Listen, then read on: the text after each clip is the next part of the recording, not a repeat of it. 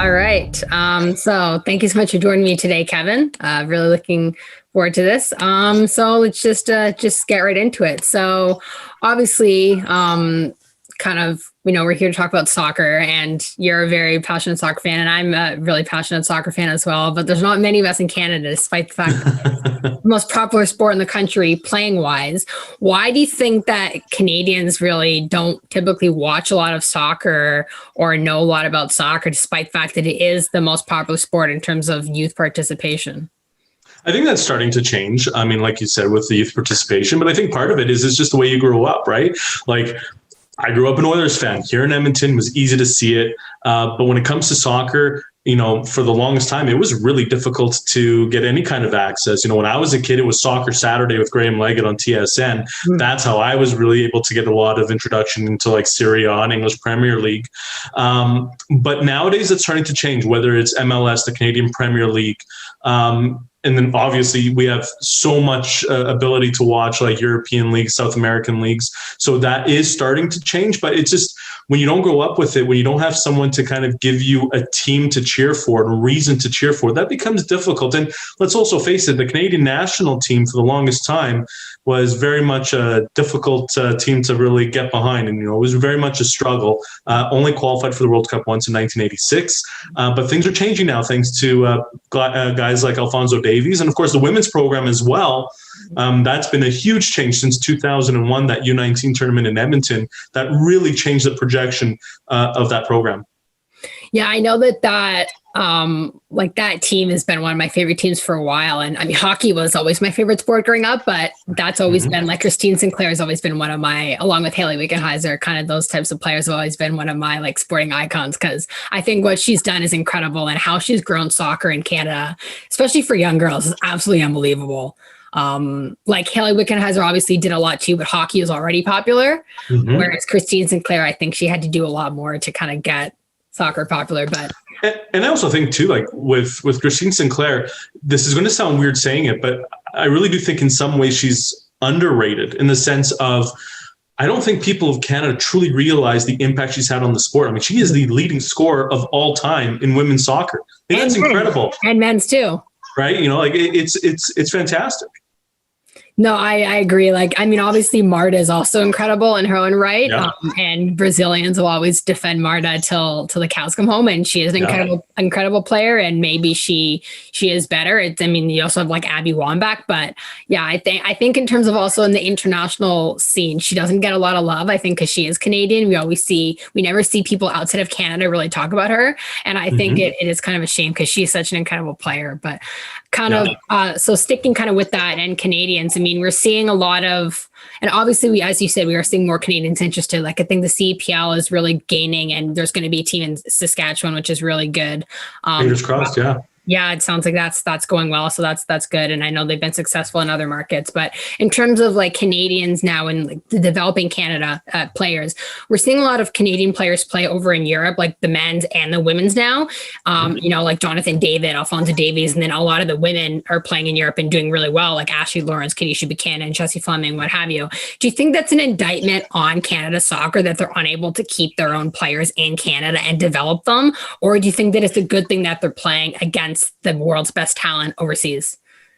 If we had an established league like the Premier League, or La Liga, it's a different story. But we don't. MLS has only been around since 1994-95. That's been primarily an American league for the longest time. We only have the 3 Canadian teams. Canadian Premier League's only a year into it. So no, it is a fantastic thing that Canadian players are being recognized for their talent and going overseas. The fact that Alphonso Davies was signed by Bayern Munich, and not only was he signed just to, ride the bench or whatever, like he's making an impact and he has won so many trophies. That just goes to show you that Canada has arrived on the international stage, and we no longer have to think back to just 1986 for the last time that the Canadian men's team qualified for the World Cup. It's going to happen sooner rather than later. Fingers crossed it's going to happen here in 2022. And for the women, I mean, quite frankly, at least Europe is putting in an effort for women's leagues. So wherever they can play and get that experience, go ahead and do it. It's really interesting as well because Europe was always so behind the US when it came to that, but we're seeing more and more players now leave the US and playing in Europe So like Europe is, I guess, now catching up in terms of their development, and we see them partnering also with a lot of men's teams, which I think is also helping them in a way too, right? They're getting that exposure, but it's interesting how it's kind of shifting. And you mentioned Alphonso Davies, and there's also Jonathan David. He's got 11 goals in League One in France, and they're ahead of PSG in their league right now. And he's also, I think he's dominating, and I think he's someone that is also showing he can play in one of the world's best leagues too. Absolutely. So, and I think a lot of that is to do with Canadian, part of it is development, but part of it's also they're getting the best talent. Like, I agree with you. Alphonso Davies is not even just a household name. He's a worldwide name, right? We're seeing everyone in the world talk about how good he is. Like Thomas Mueller talking about how good Alphonso Davies is. I mean, that's pretty good. And he's also making a positive impact on the community as well. I mean, this was a kid born, in Ghana, the refugee camp, and ended up coming here to Edmonton. And, now he's been put onto the UN refugee program as an ambassador. I mean, this kid is just unbelievable, both on and off the pitch. And what a great ambassador for the sport here in Canada. And I think he was also a big reason to why North American bid for the World Cup was successful, because he was one of the players that was at that when they announced Canada was getting North America was getting the bid. He was the player that Canada sent, which I think kind of says a lot about him and FIFA too. Obviously, that they agree with him. So kind of talking about Canada and developing the players.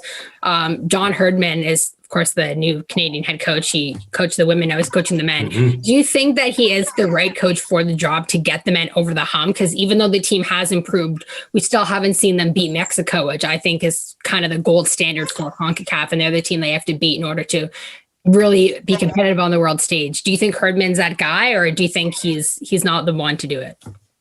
I mean, at this point, it seems to be working well. I mean, they seem to be responding well to him. They seem to have a really good chemistry on this roster. I mean, look, do they need to beat Mexico? Do they need to beat, United States? Again, these are established programs, established teams. And for Canada, they're finally starting to show up and play. But realistically, with CONCACAF, the way the World Cup seedings kind of work, Canada gets, or CONCACAF, the region gets about 4 or 5 spots for the World Cup in 2022. So do we need to beat them? Not necessarily. We just need to be hanging around. Like, we need to be beating the teams like Honduras. We need to be beating the teams like Jamaica. We need to be beating teams like Guatemala. Like, these are the teams that we need to, Costa Rica. We got to beat them in order to get to the top 3, top 4 of CONCACAF and ensure a spot in the World Cup. And do I think Canada can do it? Absolutely. I think we're looking really good. I've had so much faith and hope right now in Canada that I haven't had in a very long time. In fact, I think the last time I've had probably would have been around 1994 when Canada lost to Australia in the international playoff. Wow. That was the closest they ever got to. And I think Canada's going to be right up there in 2022. And fingers crossed they get the job done. Yeah, I think that Canadians are getting a lot better, and it's really fun to watch, especially with the young players, but they're still not in the top 6 for that CONCACAF, right? They still have to kind of get in there to I mean, it's still going to be a really hard road to qualify for the World Cup. Yeah, I mean, it's a journey, right? It's a marathon for them, and they still have to do it. But is it possible? Absolutely. There's no doubt in my mind that they'll get to the final stage of qualifying in CONCACAF. And then from there, they're going to have to prove their worth, and they need to really show that they are a team that can contend and earn their spot into a World Cup. Because quite frankly, to me, a sign of success for Canada is them earning a World Cup spot, not just given one because they're going to be co-hosting one in 2026. Yeah, I agree. And also, you don't want to just be there and lose every game. You want to be competitive, right? Yep, exactly. That's a whole, I mean, even let's say you are competitive with Mexico, CONCACAF is still, I think, the lowest ranked region. So then you still have other teams that you have to be behind. But you think Herdman is going to be the one that's going to get them there? I mean, I hope so. I mean, like I said, it's you're seeing the fruits of his labor. Like, he's really putting together a very cohesive team. But at the end of the day, results determine whether or not a coach gets the job done or not. And so far, so good. But we'll see. Let's see if they qualify in 2022.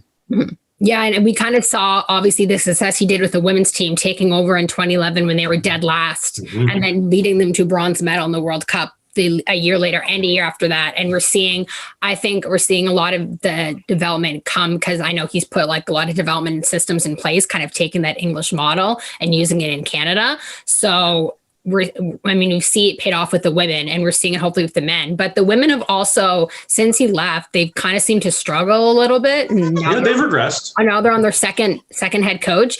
Do you think that he was the reason why they were doing as well, or do you think they're just maybe not as good because they lost some players? Like, what do you think is their projection? There's no doubt that John Herdman was an incredible asset to the women's program.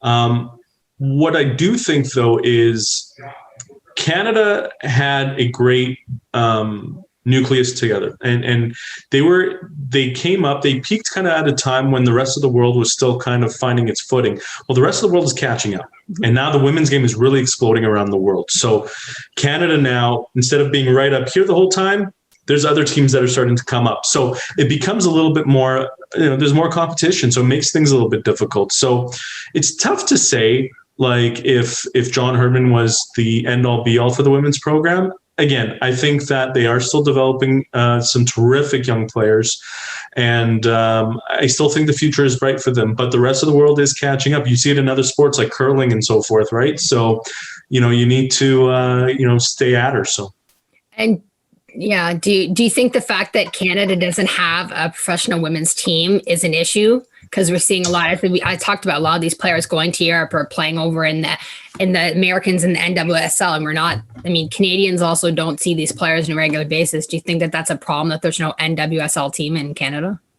Well, let me ask you this question: what difference would that make? Right? Because like whether you're playing at home or playing overseas, what difference does it make? Right? Like at the end of the day, as long as you're getting top quality reps and you're seeing a lot of action and you're playing against the best in the world, that's really what matters. So I don't buy into the whole theory of, well, if we don't have a Canadian league, we're not. No.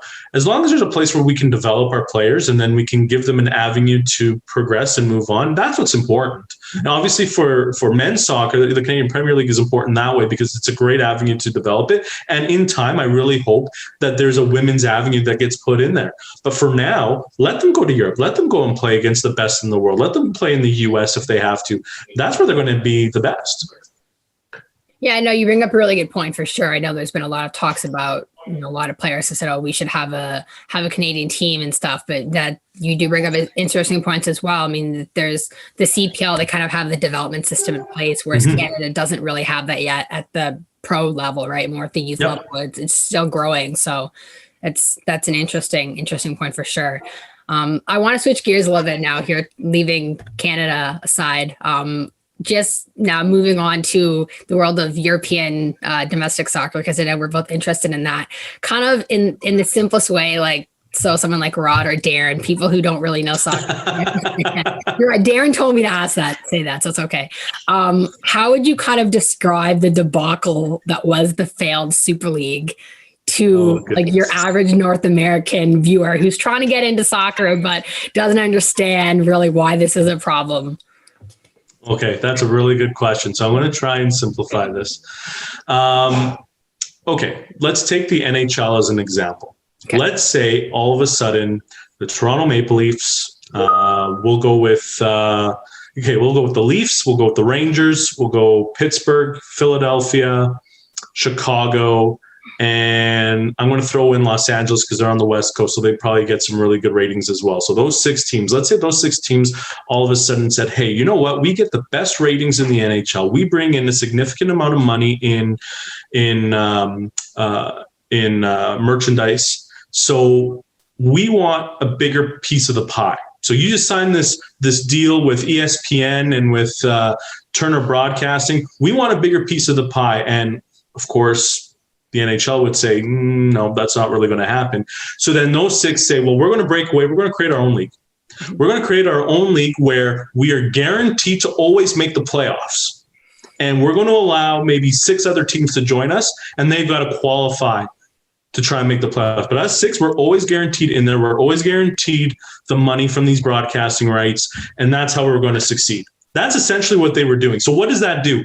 It would end up killing a lot of the other NHL teams because you're losing some of those big talented teams. And quite frankly, it's such a stain on the sport. And what ended up happening, soccer is known as the beautiful game.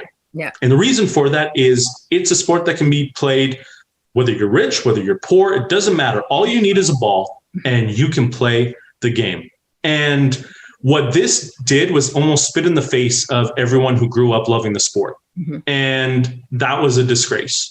And the fans stood up and said, no, we do not want this, because quite frankly, we want to make sure that UEFA with your Champions League and all that stuff, all of that money supports all of the teams. We want all of the teams to succeed. We want all of the teams to have a chance to go and do well. I mean, you take a look in the English Premier League a few years ago when Leicester City ended up winning the Premier League. What a story that was. Right. That's right. You know, and if a Super League would have happened, you lose that opportunity. Yes, would it be great to see Real Madrid take on Manchester United on a more regular basis? Absolutely. But the way they went about it, quite frankly, this was a financial move. These are teams like Barcelona who are bleeding money right now, and they wanted an injection of cash quickly. And that's why they wanted to push forward with this. But the fans thankfully stood up and said, no, that's not going to happen. And thank goodness they did. That's a really great way to describe it. And that's kind of how I thought you might go about this, because that's what I've seen people do, like in terms of hockey terms. But yeah, no, it's for sure. It's exactly like what that would have happened. And your playoff analogy is great because, of course, they don't have playoffs, but there is this, relegation and all that stuff. And not only the fans, I mean, the managers and players also hated it. And they said, we don't want to play. Like Jurgen Klopp came out a couple of years ago and said, no one wants to see Liverpool play Real Madrid 10 times a season. Like maybe the casual fan does, but you'd get bored of it really quickly if you're, of course, because that's what Champions League is so great, right? So I think you really described it well. And obviously, as you mentioned, it would have been a huge problem for the game. Like even hockey was founded for, it used to be a sport where anyone could play. It's obviously changed now, but soccer still has that mentality, at least at the grassroots level, and it would have really killed a lot of those grassroots. Well, you have to also remember too, like with soccer, you still have supporter groups that are essentially part owners or have a great say in those teams and those organizations. And that's one of the reasons why Bayern Munich wasn't able to join the Super League. Even if they had wanted to, they weren't able to because their supporter groups would have said no. That, and you bring up a great point too, because I've seen, first of all, I saw a lot of people say soccer created by the poor, stolen by the rich, which I think is a great point because soccer was started as a in opposition to polo, something anyone could play, right? And now, obviously, in Britain, we've seen it kind of change. But you bring up a great point about Bayern, and PSG didn't join either. But in Germany, they have the 50+1 model, which I know a lot of people have said we need to adopt this in England, and even the British government got involved. Prince William got involved. Like they said, the Prime Minister said we're going to meet with supporter groups to see how we can give them more power, even if they don't adopt that model. So I don't know if we'd have that sort of uproar in Canada with hockey, because I don't know if there really is. I don't think the fans really have the same power that they do in soccer that they do have in the NHL. I don't know if we would have seen that same reaction. Yeah, I mean, I think the closest that you would have seen in when it comes to hockey, quite frankly, is when the Winnipeg Jets were about to leave and their fans really tried to rally to try and keep them to stay. In Edmonton back in like the late 90s, when there was fears that the Oilers might be going to Houston, when Les Alexander put in a deal to take the Oilers, and the fans stood up and the business community came together and said, no, we're going to step up and keep this team here. I think that's the closest that we've ever gotten to. But overall, it's the fans have a great say in it. And quite frankly, the fans could have a say here in North America as well, whether it's the CFL or the NHL. You stop buying tickets, they're going to listen. Especially in the NHL, it's such a gate-driven league, and I know that a lot of fans in Liverpool, said, take our banners away from Anfield, and they're still protesting. I know Arsenal fans are basically telling Stan Kroenke he has to sell the team right now. Same thing with Manchester United. But one thing that one group that didn't really protest is we mostly only saw this in England. We didn't really see an uproar in Italy or in Spain. And I know that you're a big Cristiano Ronaldo fan. He plays for Juventus. They were one of the orchestrators of this, owned by, of course, Andrea Agnelli, the billionaire, Italian billionaire. And they still have not officially pulled out. So why do you think that it was so much more of an issue in England than it was in Italy and Spain? I just think that you still have the connection that the fans have in England, right? I mean, soccer really England is the birthplace of the sport, right? I mean, the FA still has a significant say in all matters of the game. So I think that's one of the reasons why. In terms of Spain and Italy, look, in Spain, with Barcelona and Real Madrid, again, finances was driving this. And I'm sure if they took it to their fans would have said something different. And I suspect the same thing would have happened in Italy with Juventus. At the end of the day, Juventus can say that, well, we haven't officially pulled out or whatever. Mm-hmm. Super League's dead. It's never happening. It's not going to happen. Move on. Something that is happening now is the revamped Champions League, which UEFA put in place, of course, to stop these teams from joining Super League because this had been in the works for a while. This is supposed to come in place in 2024, and it is better, but it's not much better in the sense that a lot of these big teams get automatic bursts into Champions League, whether or not they actually deserve it, like Liverpool, who's not been good this season in domestic play, which pains me because I'm a Liverpool fan, or, Arsenal or whatever, right? And it's also adding more games to the calendar. So managers are spoken up against this because of that, and players as well. So why do you think UEFA is still pushing forward this new Champions League model? And what are your thoughts on the league? Do you like it or do not like it? Well, I think UEFA is pushing for the model because they recognize that the current system may be a little flawed. So they're trying to extend an olive branch and allow an opportunity for bigger games to happen. So instead of putting teams into a group, so you would have a group of 4, so you would have, 2 really good teams, you'd have a kind of a mediocre team, and then you'd have a team that was pretty much, the free square on the bingo card. But now you put everyone into one single group, and you're going to draw names, and here are your 10 matchups, and it's going to be against a different opponent each time. Now you have those opportunities where you might see, Real Madrid taking on Bayern Munich early on or something like that. But the problem with that, like you said, adding more games onto the calendar becomes an issue. And that's a bigger problem because that's where the domestic leagues and the continental leagues, they need to talk more about each other and figure out a way to make this work. Obviously, it's a great thing to have these games on a continental stage, but you don't want to risk out burning players because, quite frankly, the season's already long. The season already extends into May, and then it's a year where you have a European Championship or a World Cup in normal years, and you're ending up playing in June. You have these players that are just exhausted, and you have injuries that are ramping up, and it just takes away from the magic of the sport. So, it's a bit of an issue that way. There needs to be more communication there, but I do think it is a pretty decent solution, and I'm excited to see how it plays out. Yeah, you mentioned the season's long. I mean, now there's also the Nations League. Now they've also added a new competition called the Conference League, which I think is probably good that doesn't affect like a lot of the bigger squads, but again, just adding more games to the calendar. But I think that I like you. I'm kind of interested to see how it will play out. I don't really think it's fair that these big clubs will get in just based on merit, though. I think you should get in based on your actual standings, not how you've done in years past. That's my main issue with it. And that's always been the beauty of Champions League is you had to be a champion at first, right? And then it was, we'll extend it to more coefficients. So in England, maybe it's a top 3, top 4. And in Portugal, it's the top team, second place team goes into a qualifying round. So, you still want to see the best of the best there. And you don't want to have anyone guaranteed. Quite frankly, teams like Real Madrid and Barcelona, you're almost always going to be guaranteed in there anyways. But it is interesting. Some years where you got a team like, Liverpool or Tottenham, where they're kind of in that 5-6 range and trying to fight to get in. Or Arsenal, who might not even finish top of the table this year. There you go. Right. And that's a historic franchise. So, it'll be interesting to see kind of the changes regarding that for sure.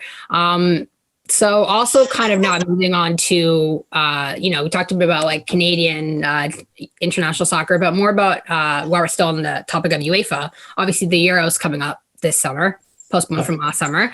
As you mentioned, it's already a very condensed schedule because it was already condensed season because of COVID. Lots of players are still injured, which is a big problem. But UEFA is hoping to have a full, last I checked, and the UK government is hoping to have a full stadium for the final at Wembley in London. And I know you have to have 25% capacity. You were supposed to go to one of the matches, which really sucks. You had to cancel. Yeah, breaks my heart. Do you think it's realistic that they're going to have full capacity in the stadium? I mean, that's so tough to say. I mean, as we know with COVID, things change on a dime. Obviously, things are very different in the UK. Their vaccination rates have been quite high. Their numbers are coming down. The last report that I read out of the UK is that they're transitioning into more of an endemic situation. So COVID will still always be around, but it's not necessarily a pandemic type situation where it's stressing the healthcare system and so forth. So is it possible? By all accounts, it seems like it might be. I don't know. It all depends on what the situation is like there from country to country. It's so different. Yeah. Yeah, I know that, like, for example, Dublin had to lose their game because they could be 25% capacity, which I think is kind of unfair by UEFA. I understand why they did that because they want the money, but I feel like it was also unfair to require that. But, obviously soccer is really was a sport created by the fans, right? Like, that's why these teams are called clubs, and supporters groups still have such a huge say in a lot of these teams. So knowing that it's kind of created by the fans and it's for the fans, how important is it for these games to be held with fans, like at the Euro? And we're seeing now with the League Cup final had some fans in London. How important is it to be? I feel like more than hockey, really, it's more important to have fans. Yeah, I mean, when you hear those supporters singing, when you hear those supporters singing the national anthem, when you see those flags waving in the crowd, I mean, that's what's so important. And that adds that atmosphere, and that really gets you going. And like in any sport, when there's no fans around, there's no atmosphere there, it does make it a little bit difficult to get your mind wrapped up in the game. But look, at the end of the day, health and safety comes first. So whatever decision they end up making, I'm sure will be the right decision, and they'll figure out a way to make this a success, whether there's fans there or they're not. And there will be fans there in some capacity. So whether it's 100% or 25%, really, at the end of the day, there will be fans, there will be some atmosphere. It's going to be fine. And they'll make their voices heard. I mean, even just the League Cup final between Tottenham and Manchester City, it was only 8,000 fans, and it was loud. It was booming in there. So, I know English fans are very passionate. I'm sure that they'll make their voices, and not even just, other European fans that are able to travel, right? Mm-hmm. So, kind of staying with the Euro, obviously Portugal won 2016, which I know you're very happy about. So what are your predictions for this tournament? Do you foresee them winning again, or do you think France and Kylian Mbappe will take over and win again? Well, if I had a magic crystal ball, that would be fantastic. Look, Portugal's going to be in tough. They're in a very difficult group with France, Germany, and Hungary. That is a tough group. Yeah, and especially with Germany, too, because you're playing in Germany. So that's going to be very difficult for them. However, Portugal does have a very strong team. And a lot of people who don't really watch soccer a lot just think, all they have is Cristiano Ronaldo and that's it. Yes, Cristiano Ronaldo is our star player, but we also have Bruno Fernandes. We also have Joao Felix. We have a pretty strong defense, especially when Pep is healthy, even though he's getting a little bit older. We have a very strong team. The future is bright, so I do feel like Portugal can do well, but they are going to be in tough. I think France is always a dangerous team. Germany, I'm not sold on this year whatsoever. The one team, though, that I've been saying for years that they are at the point now where I really feel if they're going to make a move, it's going to be this year or in World Cup 2022, is England. I think England, they've had such a good youth program the last several years. They're finally starting to come into their own. They're a team that can be very dangerous. They're a team that I'll be keeping a very close eye on. There's a lot of really good young English players. I'm not sold on Gareth Southgate as a manager, but they have a lot of great young English players. Mm-hmm. And they're in the division with Scotland, which is going to be unreal. I'm so excited. That will be fun. That rivalry too, like especially since they're playing at Wembley, that's going to be crazy. Yeah. But also kind of another team that I think is kind of, it's like now or never for them is Belgium. What do you think about Belgium? think Belgium is one of those teams where they rely on a couple of players, and that's about it. I've never been a big Belgium fan personally, Okay. so I'm not sold on them again whatsoever. I think that, like I said, I think England and France are the two teams that you want to watch out for. I think Portugal can be very dangerous as well. Yeah, I'll be very curious to see what happens. Belgium is ranked first in the world right now, so. World rankings don't always mean anything. No, it's true. I mean, no one. I don't think a lot of people probably saw Portugal winning in 2016. No, not especially the way the group stages were going, where they were tying lots and they ended up they finished third in their group. So, yeah, they took the hard way. But look, in a tournament like this, all you got to do is, have a little bit of luck on your side and play some strong games, and you never know what can happen. Yeah, no, for sure. So kind of for, I guess, Canadians who are looking for a team, obviously Canada's not in the Euro. Mm-hmm. Canadians who are looking for a team, you don't really have ties to a team, kind of besides the teams you just mentioned. Maybe what's a team that Canadians could get behind to root for in the Euro this summer? You know what? What I would always say is anyone looking for a team to support, either A, if you have any kind of, cultural background, maybe, your grandfather was German or grandfather, is Spanish, or you know what, maybe one of your favorite vacations was a trip to Spain. Mm-hmm. And you know what, I'm going to cheer for Spain. Go for it. Find different ways to go and cheer about it. Selfishly, I'll say cheer for Portugal. We're a very exciting team. But you know what, it's find any reason to cheer for a team and just really put everything behind it. And I would challenge Mr. DuPont and Rod Peterson. I would challenge them to just, find a way to get behind a team, make them your team throughout this entire tournament, read up a little bit about them, and just go crazy and enjoy the ride. Yeah, it's going to be a really interesting tournament. I think because I think this is the first time Scotland's been in a tournament in a while, in 20 years. So I personally, I think I'm going to go for Scotland because I have some Scottish ancestry and I love Scotland. And I'd love, even though I love England, I'd love to see Scotland beat England. I think that'd be beautiful. Yep. So that's who I'm going to go for. But yeah, I think your point's really good. And, going back to kind of Ronaldo and to end it off here, obviously their whole career has been Ronaldo versus Messi, right? Who's better? Now I know you have your views. I have my views. I'm Team Ronaldo personally myself. Why do you think Ronaldo is better than Messi? They are such different players, and it's such an unfair comparison to make. It's a fun comparison. It's a fun debate to make. I always say Ronaldo. Yeah. I'm blessed to have been able to watch both of them play live over the years. I've seen Messi play in a Champions League game against my favorite club, Team Sporting. And with Ronaldo, I've seen him play in a couple of exhibition games against Brazil and Northern Ireland. And it's spectacular to watch them play. It's so much fun. You can see just how they're light years ahead of anyone else. Messi is incredible, especially for a player of his size. He's just, it's magical watching him play. Cristiano Ronaldo, he's a difference maker, and he can his free kicks are stunning. And just his ability to just jump up, soar to literal heights with those headers and that incredible bicycle kick a few years ago in the Champions League. Those are unforgettable moments. At the end of the day, though, Cristiano Ronaldo has won 2 trophies with his national team. Mm-hmm. He's won a number of Champions League titles, a number of domestic titles.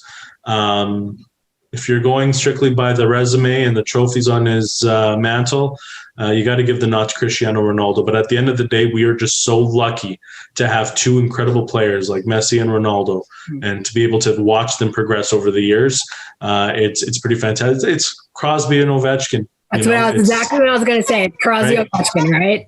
Like, it's just, you're not going to say no to having either of them on your team. No, so. I mean, I'm always going to be a Crosby fan. Like, I'm always Team Crosby, but I recognize that Ovechkin has an incredible skill set, and he's arguably the greatest goal scorer of all time. Yeah. Whereas, and as you said, Ronaldo and Messi also very different skill sets. I mean, Ronaldo's still scoring at will, and he's like 35, 36.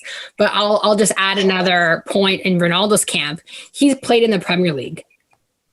And he was very, very good in that league, right? Messi never played in the Premier League. So I that's for me why I think you'd have to give Ronaldo the edge, because Messi was never tested in the best league in the world. So I think it's really hard to say he's better when he's never played in the best league in the world. And as you mentioned, it's not just his fault. I mean, Argentina doesn't do well internationally, but he always seems to disappear internationally, whereas Ronaldo's he's been huge internationally. So I think that's another reason why I'd go Ronaldo personally. I like the way you're thinking. Well, you have to take Premier League into account, right? It's like a hockey player who, we talk about Vladislav Trečak in terms of goalies. He was probably the best goalie to ever play in the NHL, but we can't say he was the best goalie of all time because he never played in the NHL regularly. Kind of like that comparison, I would say. Yep, right? That's fair. All right. Well, this has been a lot of fun. It's really fun talking to you about all this stuff. Thank you so much for joining me. Hey, I appreciate the opportunity. Like I said, I challenge Darren and Roddy to pick a team and get solidly behind them for Euro, because it's going to be a fun tournament. It gives them something to do in June because there's going to be no CFL. No. So it gives them something to really watch and get behind. Well, Darren's actually becoming a soccer fan now. Oh, that makes my heart happy. Unfortunately, though, he's decided that he likes Manchester City. All right. Okay. As a Pep Guardiola, which, to be fair, Guardiola is a beauty. Great coach. Beauty, a heck of a manager. So I want to be Manchester City as a Liverpool fan, but I just can't because Guardiola is amazing. Rod's getting into it too, but Darren's becoming a soccer fan now. Well, to be fair, Manchester City does share the same colors as the Tennessee Titans, so I can see why Darren wanted to go down that route. Oh, there you go. But, you go. So awesome. This has been a pleasure. Thanks for doing this. All right. Thank you so much. Have a great day.